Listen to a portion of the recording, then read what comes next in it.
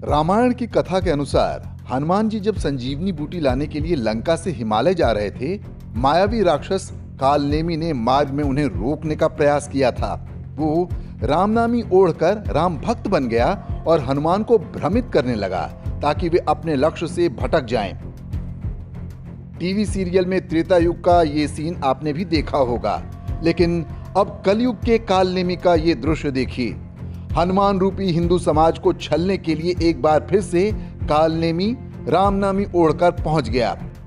जो व्यक्ति भगवान राम के जन्म स्थान पर मंदिर बनाने का भी विरोधी था, जो कहता था कि यदि मंदिर बना तो उसमें देवता का वास नहीं होगा, वही उस मंदिर में सिर झुकाने चला आया। आप सोच रहे होंगे कि केजरीवाल ने अयोध्या जाने की आवश्यकता क्यों समझी। एक सप्ताह से दिल्ली का मीडिया इस यात्रा को खूब प्रचारित कर रहा था।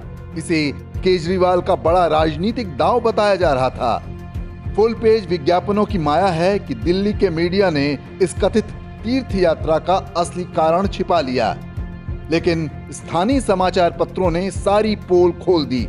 इसके अनुसार केजरीवाल अमेठी में चुनाव प्रचार के दौरान उपद्रव के आरोपी हैं। उस केस में भी उनकी कोर्ट में पेशी तय थी। केजरीवाल यदि इस बार उपस्थित नहीं होते तो उनकी गिरफ्तारी का वारंट निकल जाता। इसी बात को छिपाने के लिए मायावी केजरीवाल ने अयोध्या के राम मंदिर जाने की आड़ ले ली।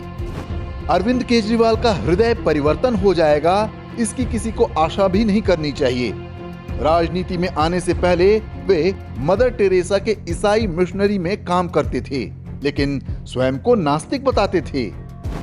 केजरीवाल की ही माया से दिल्ली में आज ईसाई मिशनरियों का जाल गली गली तक फैल चुका है। इनके धर्मांतरण कार्यक्रमों में वे स्वयं भी देखे जाते रहे हैं। केजरीवाल ने दिल्ली चुनाव से ठीक पहले हनुमान मंदिर में जाकर दर्शन किए थे, लेकिन सरकार बनते ही सबसे पहले चांदनी चौक के प्राचीन हनुमान मंदिर पर बुलडोजर चलवा दिया।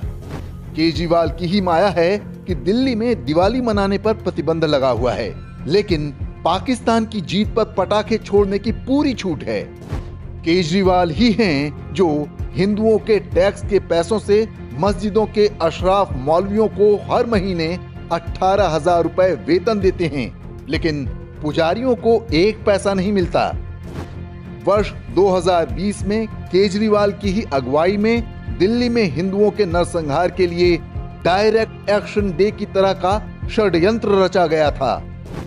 और ये बात कोई कैसे भूल सकता है कि इन्हीं केजरीवाल ने दिल्ली में ऑक्सीजन की जमाखोरी करवाई ताकि यूपी और अन्य राज्यों को ऑक्सीजन न मिलने पाए और लाखों लोगों की लाशें बिछ जाएं।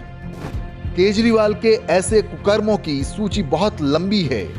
कोरोना काल में हमने उनके इसी वास्तविक चेहरे को सामने लाने के लिए एक वीडियो बनाया था। उसे देखकर आपको पता चलेगा कि कैसे वो चीन की कठपुतली की तरह काम कर रहे थे।